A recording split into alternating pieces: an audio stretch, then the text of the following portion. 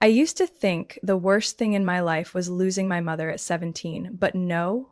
The worst was the moment my husband placed a divorce attorney's business card on the kitchen counter as coldly as if he were handing me a utility bill. Not a single word of concern, not a single guilty glance.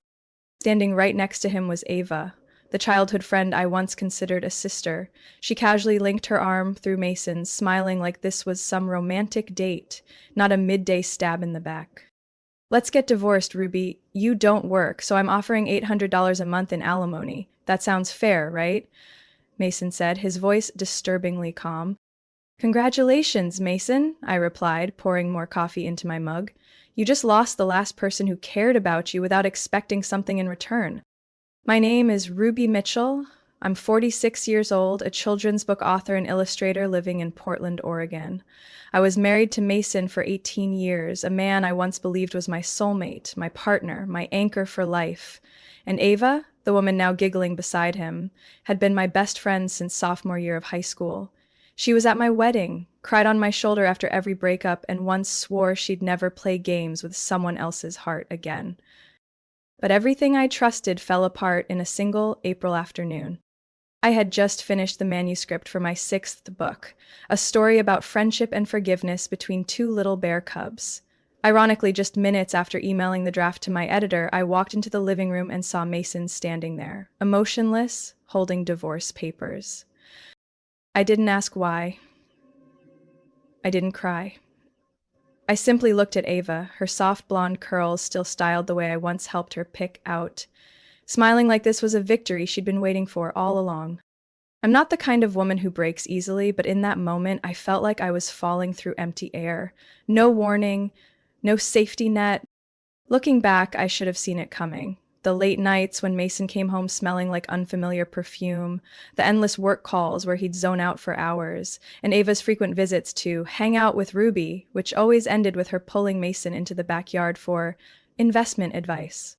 I believed them. I foolishly trusted that the two people closest to me would never betray me. Mason and I got married when I was 28. He was a civil engineer. I was just starting out as a freelance illustrator. We lived comfortably, not rich, but stable. We both agreed not to have kids, not out of dislike, but because we wanted freedom. I loved children so much that I drew them every day, and Mason used to say, I like kids as long as they belong to someone else. Ava was different. She married 4 years after I did to a man named Kevin, the finance director of a major corporation. Eventually, they had a daughter named Chloe. I was there at the hospital the day she was born. I bought clothes, toys, even painted custom nursery art. I thought I was Aunt Ruby in her eyes. But a few years later, when Chloe started preschool, I began to notice something wasn't right. Mason started driving Ava and Chloe to doctor appointments, to the park, to school events, instead of Kevin. When I asked, he said, Kevin's busy. I'm just helping a friend. I wasn't the jealous wife type, but when Chloe accidentally called Mason daddy at a birthday party, my heart sank like a stone. She probably got confused. Ava laughed it off, quickly changing the subject. But I'll never forget Mason's face. First panic, then stone cold. And that's when I started wondering, what if Chloe was Mason's daughter? I tried to push that thought away for a long time, until one cold winter afternoon last year, I came home earlier than usual after a local interview. The house was strangely quiet. I walked into the living room and saw Ava sitting on Mason's lap. Their lips left no room for denial. I didn't scream, I only said one sentence. At the very least, you could have picked a spot I don't clean every day. Ava jumped up, stammering. Mason said nothing, and I walked out, not to leave, but to breathe. I tried to fix things. I said, if either of you has a shred of decency left, just tell me the truth. But they didn't. They chose sweet lies and fake innocence over honesty. They said things like, Ruby, you're overthinking. We're just close friends. Eventually, they didn't bother hiding anymore. Mason handed me the divorce papers. Ava stood beside him, arm linked like nothing had ever been wrong. And me? I sat there, holding a cold cup of coffee, my heart hollow but my mind crystal clear. I knew what I had to do next. No one wrecks my life and walks away like it's nothing. No one steals the person I once loved and expects silence in return. I'd show them. I'm the one who writes the ending. Not them. That night, I sat alone in a small rental apartment, a worn-down place on the second floor of an old red brick building in northeast Portland. The smell of fresh paint still lingered, but I could already tell. The scent of betrayal, of lies, was thicker than any chemical. I didn't sleep. I sat for hours revisiting memories, the red flags I had ignored, Mason's vague answers, those just colleagues' messages, all the times Ava dropped by while I played bartender and they whispered on the patio. It felt weird back then, but I didn't want to assume. Now every puzzle piece was in place, clear, complete, and cold. I needed truth, and I needed an ally. A few days later, I called Kevin, Ava's legal husband, a man I once thought was distant, quiet, too busy to maintain a real marriage. But when I said, Kevin, I think Chloe isn't your daughter, the silence on the other end was so long I thought he'd hung up. I know, he finally said, voice low and heavy like rock breaking beneath the surface. I've suspected for a long time, but now I need proof. We met at a quiet coffee shop on 28th Avenue. Kevin looked years older, gray at the temples, cheeks sunken like a man who hadn't slept in weeks. He didn't blame me.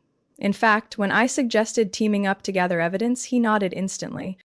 Ava still thinks I'm a fool, Kevin said, lips tight. She doesn't know I installed a GPS tracker on her car 2 months ago, or that I have backups of our home security footage. I was stunned. I didn't expect that level of precision, but I was relieved. I needed someone like him, calm, discreet, detail-oriented. From that day, our quiet revenge plan began. We split the work. Kevin kept tracking Ava, GPS history, credit card statements, recordings of suspicious calls. I, with my children's illustration experience and graphic design skills, built a digital archive system to store and organize all the evidence, complete with timestamps, locations, photos, and notes. I knew exposing the truth too soon would destroy Ava and Mason, but Chloe, just 10 years old, would suffer most.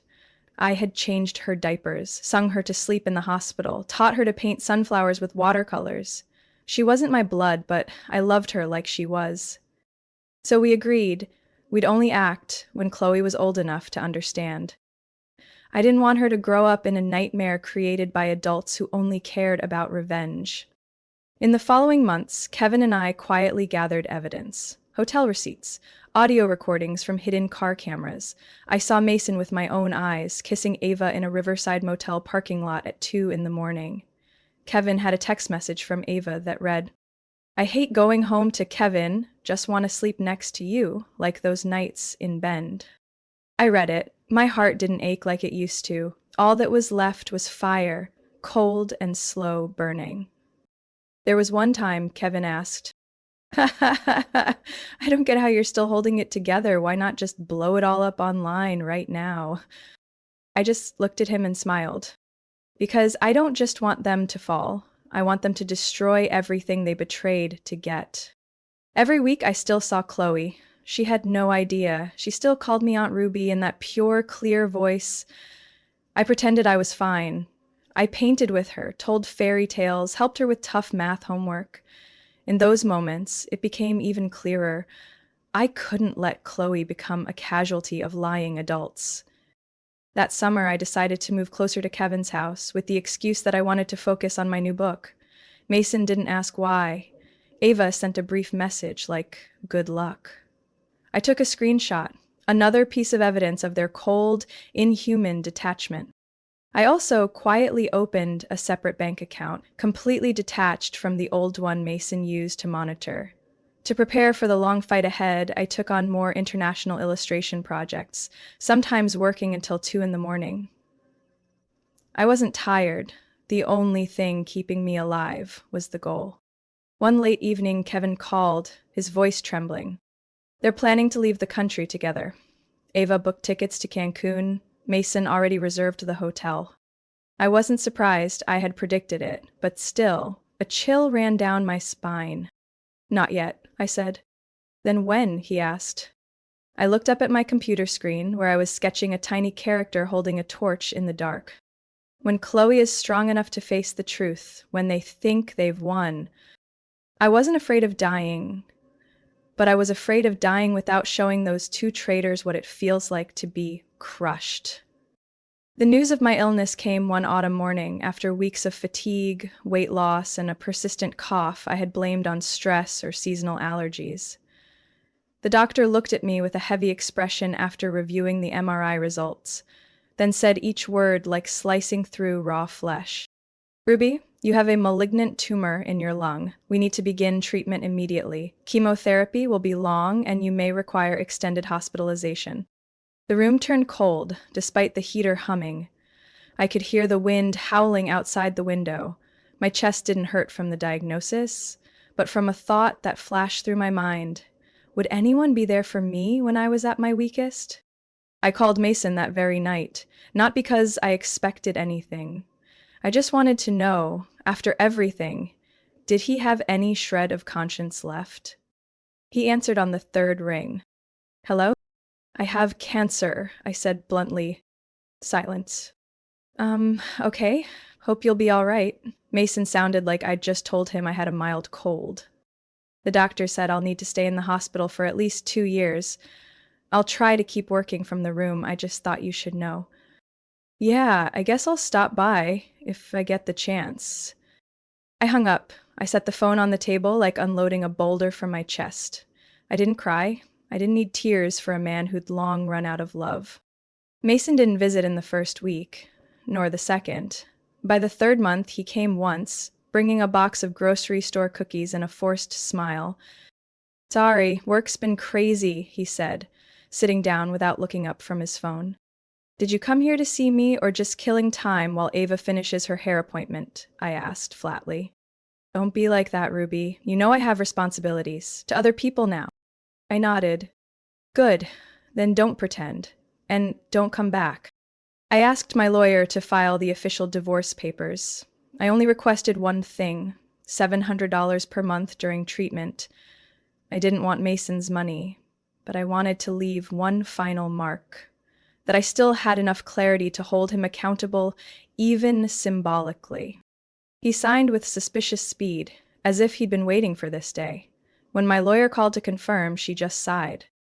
Ruby, I've never seen anyone sign divorce papers that fast, unless they were celebrating.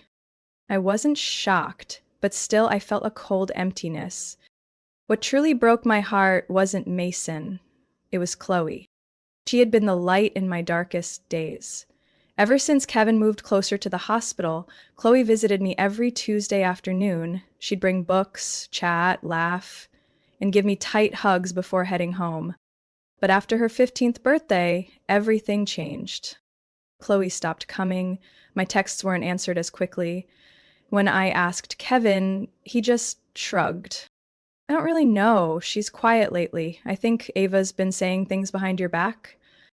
I tried not to assume the worst, but I was unsettled. One afternoon, I video called Chloe. Her face appeared on the screen, thinner, colder than usual.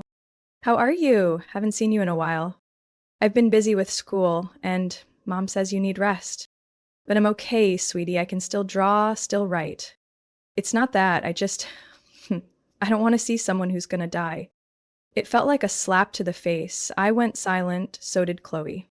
I knew she didn't mean to hurt me, but I also knew something had changed in her heart forever. Maybe Ava's venomous words, maybe fear of loss.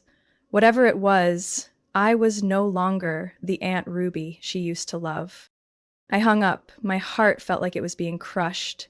I returned to my work desk in the hospital room, opened my design software, and forced myself to finish the sketches for a new book about an owl lost from the forest who never stopped trying to find her way home. I thought of Chloe, and I knew no matter what happened, I would wait. I wouldn't disappear, even if lonely, even if in pain. I wouldn't let two betrayers steal the love I had for that child. And more than anything, I wasn't done with Mason and Ava. I was fine-tuning the cover illustration for a children's book commission from Sweden when my phone started vibrating nonstop. By the time I glanced at the screen, I had 31 missed calls in under 15 minutes. The caller ID read, Mason. I set down my pen, took a deep breath, and answered. What the hell is going on, Ruby? Mason's voice screamed through the phone, panicked and nearly hysterical. They told me and Ava we have to vacate the place within 48 hours? Are you insane? I turned on the speakerphone while finishing the arm of the main character I was sketching. You mean the apartment on Grant Street? Yes, the place we used to live in. That's my home. I'm being kicked out of my own house. I let out a soft laugh. You're mistaken. That was never your home, not once. A brief silence followed, then Mason growled. What did you just say? I started renting that apartment back in 2012. It was originally my art studio. After we got married, you moved in because you couldn't afford your own place. You were never listed on the lease. And the utilities? I paid for those too. Who do you think was supporting whom all those years? Don't be ridiculous. You said we were splitting the costs.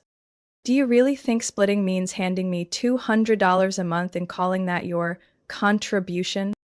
Mason went quiet. I continued. I canceled the lease the day after our divorce was finalized. Why? Because I didn't want anything that had touched you or Ava to exist in my new life. And the landlord, someone I've known since college, was more than happy to help. She said she'd call you personally today. She already did, Mason shouted. She said we have to be out by Saturday or she'll call the police. Good. That gives you 3 days to find a new place to sleep. Right as I finished my sentence, I heard Ava screaming in the background. This is my house. Ruby can't do this. Oh, Ava, I said casually. Still think you can take over my life that easily? I've got the text you sent Mason last year, remember? The one that said, I wish we could live at Ruby's place forever? What a joke. Ava went silent. I turned off speakerphone, pressed the phone to my ear, and spoke each word clearly.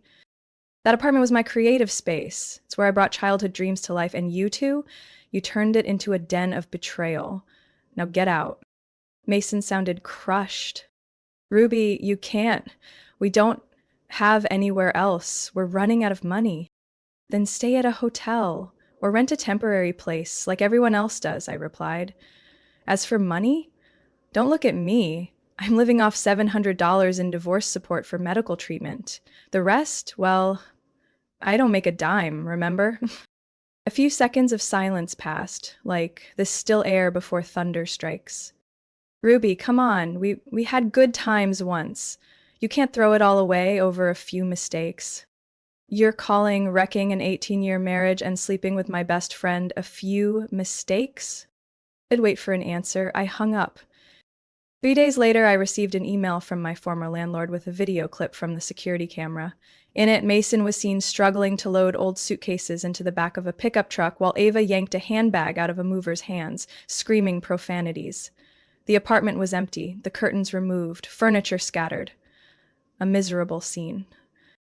I didn't feel happy, but I felt justice.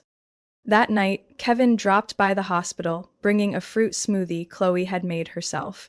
She didn't say a word, just handed it to me and sat down in the chair by my bed. I looked into her eyes. Something there was both familiar and different. She knows about the apartment, doesn't she? I asked.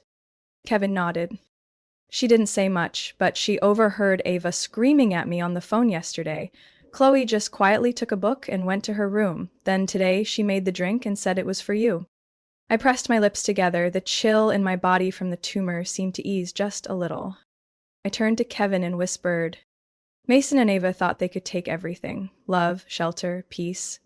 But they didn't realize what I have isn't something found within 4 walls. It's something they'll never reach again, trust.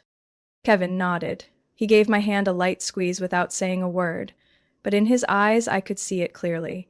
The plan was still in motion, and the traitors hadn't yet seen the full depth of the hell they'd dug for themselves.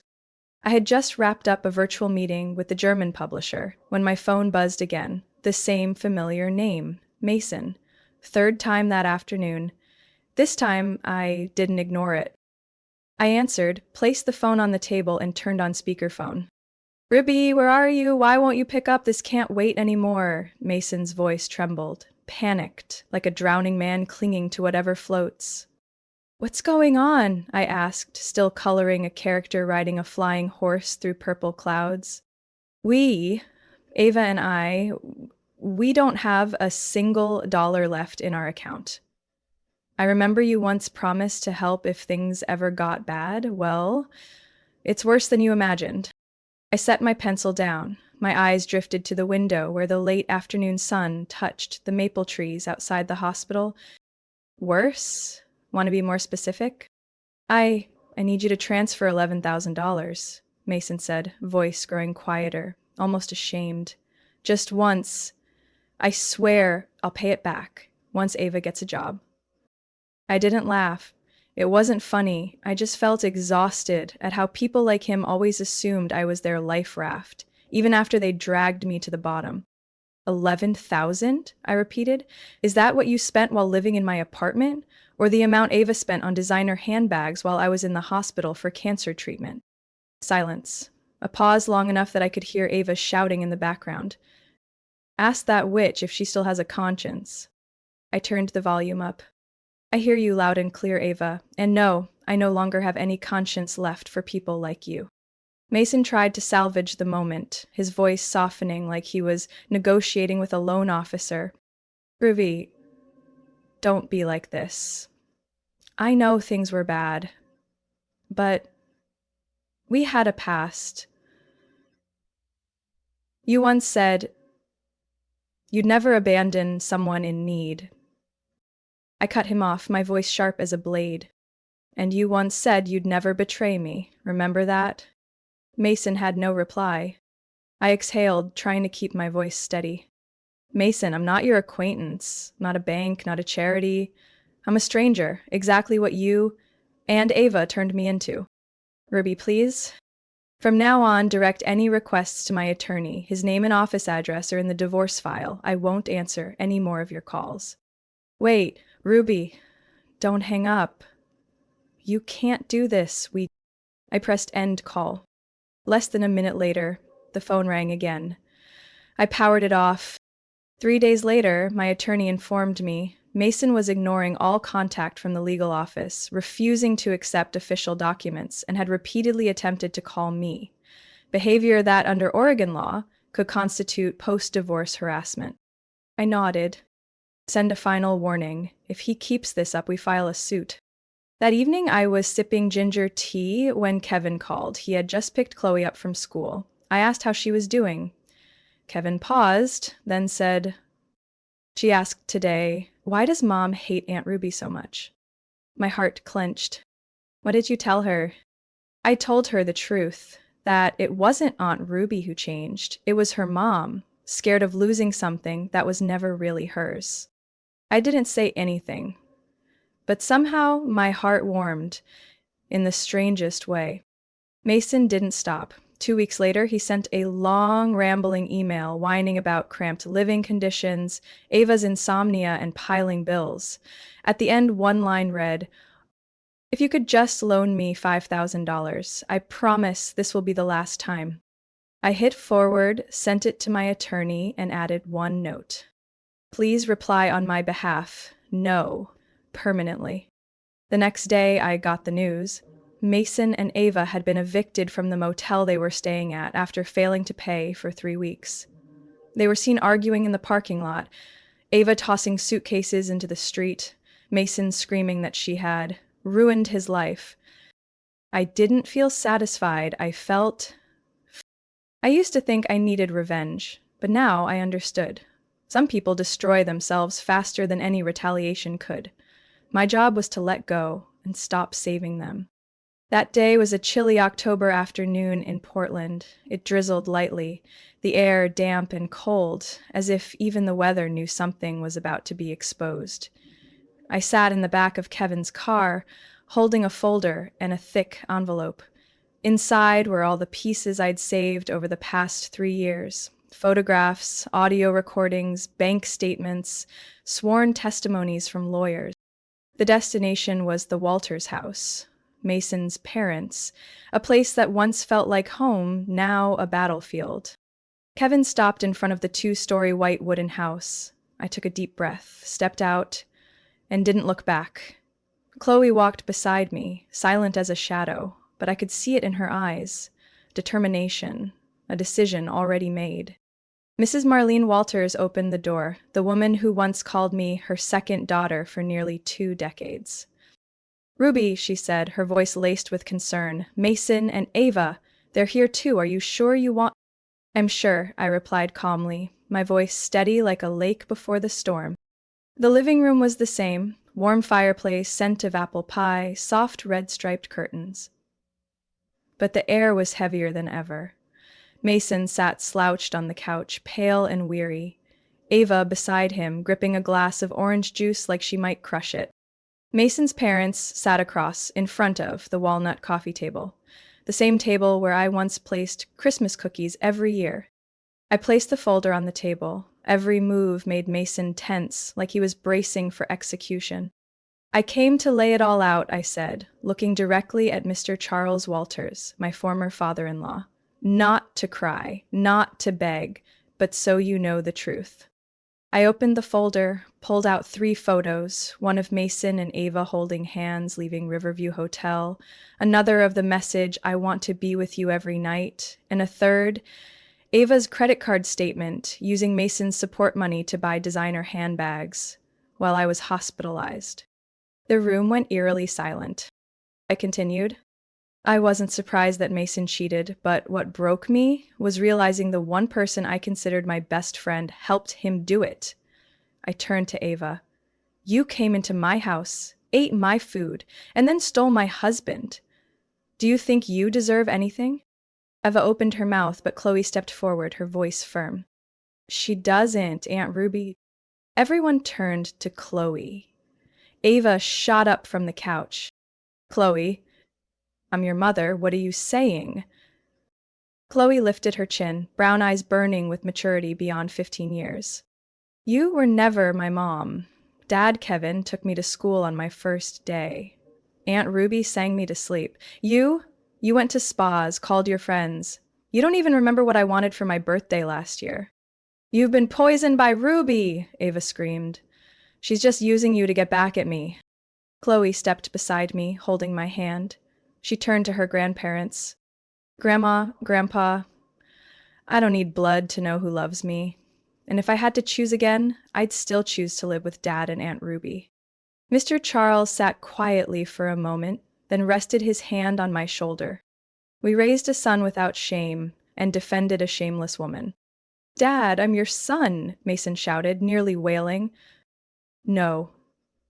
You used to be," Mr. Walters said, voice colder than the wind outside. "From today on, don't step foot in this house again. Don't call. We have no son who sold out his family's honor for base desire." Ava collapsed back into her seat, speechless. Chloe turned to hug me. I held her tight, saying nothing, my tears now not from pain, but from quiet relief. Mrs. Marlene came forward and took my hand. "You may no longer be Mason's wife, but you are still part of our family." Mason screamed. "Mom, Dad, I'll come back. You'll regret this when you see me succeed." I didn't look back. I just said one last thing. "Success doesn't come from stepping on others. It comes from the kindness you lost a long time ago." That night, back at the hospital, Kevin turned to me. "You know what? I've never seen Chloe so certain. She's grown up." I smiled. "She didn't just grow up, she made the right choice." And inside me, a final door to the past quietly closed. Forever. I received a call from Mason's attorney on a Monday morning while I was finishing the last strokes of color for the picture book The Fox Who Never Forgot. Her voice was smooth, emotionless. "My client proposes a temporary financial support arrangement over the next 3 months, totaling $15,000. I almost laughed. "Did you know your client once called me useless and a freeloader?" I asked calmly. "And now he wants to be the one freeloading?" This is an offer made in good faith to avoid unnecessary litigation, she replied, still maintaining professionalism. I ended the call simply. No. And if they persist, I'll show them what real trouble looks like. That evening, I received a message from Ava. I know you're wealthy now, Ruby. Don't be so selfish. You used to be my friend. Immediately after, one from Mason. If you really have a conscience, you wouldn't let your former husband drown in debt. You don't need that much money. Don't be stingy. I sat still for a few seconds. Then I opened my banking app and took a screenshot. In the income summary for the past 12 months, the number $496,800 was clear. Below it were payments from publishers in New York, royalties from Canada, and translation deals from Germany, Japan, France, and South Korea. I sent that screenshot to Ava without a single word. Less than 5 minutes later, Ava called directly. Ruby, can we start over, she said, her voice hoarse. I know I messed up, but I'm desperate. You don't have to hold on to all that resentment, right? I smiled faintly, not out of bitterness, not out of rage, just the smile of someone who'd been stabbed in the back and now stood tall, facing the ones who betrayed her. I'm not holding on to resentment, Ava. I'm holding on to the truth. So what now? You're just gonna let us starve? Starve? After the two of you blew through my money on Italian dinners and fake luxury handbags? Sorry, but I need that money to live, to really live, and to sue the two of you. What? Ava shrieked. You're joking! No, I already spoke with my lawyer. Every dollar Mason withdrew from our joint account and spent on your trips, I have the records. He even forged my signature once for a transfer. Did you know that? If we go to court, I'm not just getting the money back. I'm going after legal accountability. Silence. Then I heard Mason yelling in the background. She wouldn't dare. She doesn't have the guts. I brought the phone closer to my mouth. Mason, you always thought I was just some illustrator who draws meaningless cartoon animals. But you didn't know those animals put me on the bestseller lists in 3 countries. You didn't know I signed a deal for a full animated series. And you definitely didn't know I hired 2 of the best attorneys in Oregon for this moment. Ruby, don't do this. You know we once what, Mason? Once were husband and wife? Once were soulmates? Or once were 2 people where I trusted you most and you betrayed me the deepest? Silence. Longer than any before. I exhaled, then said gently, like a final farewell, I won't send another cent, and I won't listen to another plea. All communication goes through my attorney now. Any further messages will be considered harassment and reported accordingly. I ended the call. The next day, while Chloe and I were painting together in my hospital room, she turned and asked, Aunt Ruby, why do people think you're weak? I looked up, surprised by the question. Because I stayed silent for a long time. Chloe nodded thoughtfully. I think you're stronger than all of them, even my mom. I didn't respond right away. I looked at Chloe's drawing. A girl standing in a desert, holding a small flame. I gently touched her shoulder. I don't need to win by shouting, Chloe. I just need them to know they no longer have any power over me. That night, I received an email from Mason's attorney. No more settlement offers, no more support proposals, just one line. My client will no longer make contact. Miss Ruby can be assured we have clearly outlined the legal consequences of any further violation. I smiled, not out of satisfaction, but because I knew they finally understood. News of Mason's termination from his father's company reached me through a short email from an old colleague. Mr. Walters couldn't tolerate his son faking client meetings anymore while secretly meeting Ava at motels. In the end, he personally signed the termination letter. No mercy.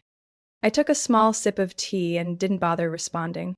1 week later, the local paper ran a story about a labor reform program on a fishing vessel off the Oregon coast, operated by a private group of fishermen.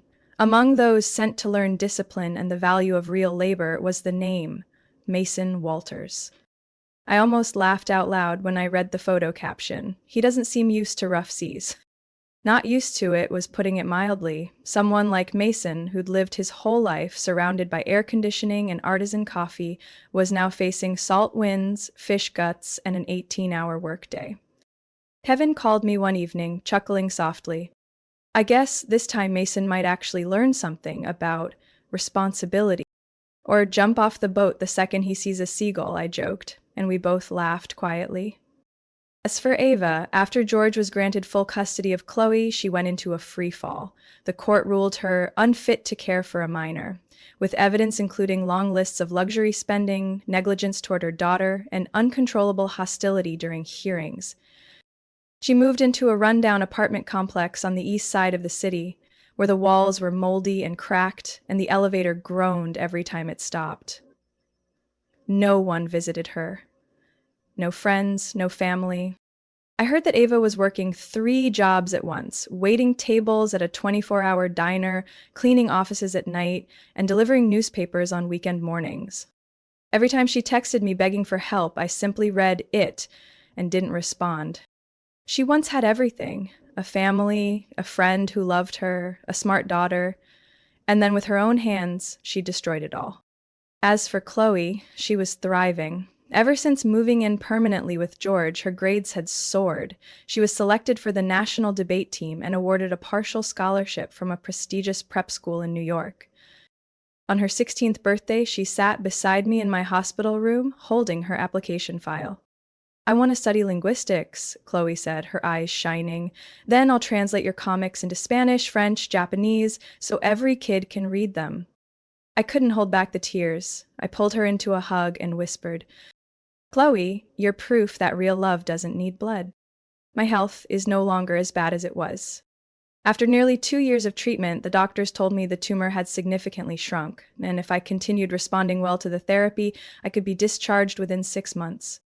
I still draw every day, right in my hospital room. The characters from my comics have become my companions. They stayed with me through every wave of fatigue, every chemo session, every sleepless night. I no longer draw for contracts. I draw to live, to heal. And then there's George. He didn't say much. He never pushed. He simply showed up, bringing me morning coffee, reading books by my side, putting work on hold to take me to checkups. One December day, he walked into the room holding a bouquet of white tulips and a small red velvet box. Ruby, he said, eyes fixed on mine. I once lost the first woman I loved because I didn't know how to protect her. But this time, if you'll let me, I'll protect you, the way you deserve to be loved. I opened the box. Inside was a silver ring, engraved with the words, "Not blood, but bond."